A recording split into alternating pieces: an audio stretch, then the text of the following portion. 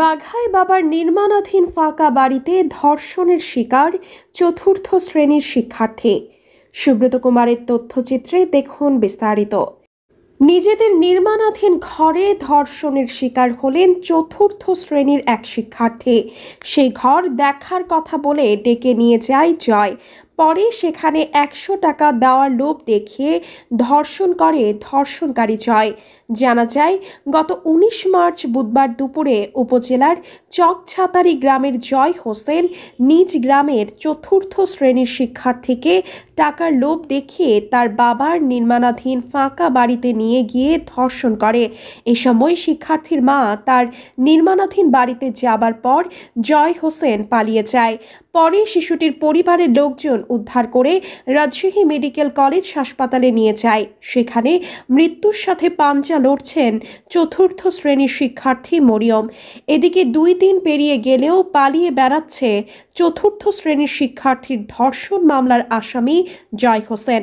সে বাঘা পৌরসভার চকছাতারি গ্রামের হানিফ মিস্ত্রির ছেলে।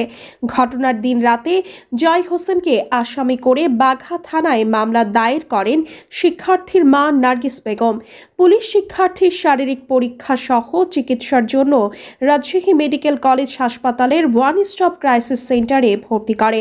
বর্তমানে আইসিইউতে ভর্তির কথা জানিয়েছেন শিক্ষার্থীর পিতা মাজিদুল ইসলাম। আমি যে ভেটি কিনেছি, ভেটির ঘর দিচ্ছি, ওই ঘরে এখনো দরজা মরজা লাগাইনি হয়নি, সেট করা হয়নি। ওই ঘরে যায় এই কাম করছে। ছেলেটার নাম হচ্ছে জয়। মিয়া অসুস্থ, রাজশাহী মেডিকেলে আছে। আপনারা, আমি গরিব মানুষ, আপনারা যদি ন্যায্য বিচার যদি হয় সেই ন্যায্য বিচারটাই আমি আপনার কাছে চাই। তার মা সেখানে রয়েছেন। শুক্রবার 21 মার্চ সরেজমিন শিক্ষার্থীর বাড়িতে গিয়ে তার নানিকে পাওয়া যায়।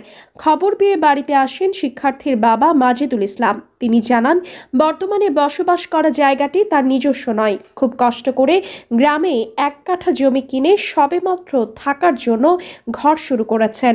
ফাঁকা সেই ঘরে নিয়ে গিয়ে তার শিশু কন্যাকে ধর্ষণ করেছে জয়।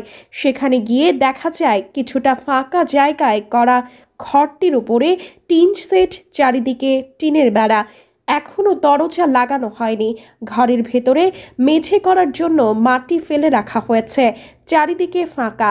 কিছুটা দূরে ধর্ষণ মামলার আসামি জয় হোসেনের আধা পাকা বাড়ি।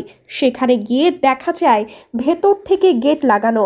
জয়ের দাদি ফরিদা জানালেন, মামলার পর থেকে জয় হোসেন বাড়িতে থাকছেন না।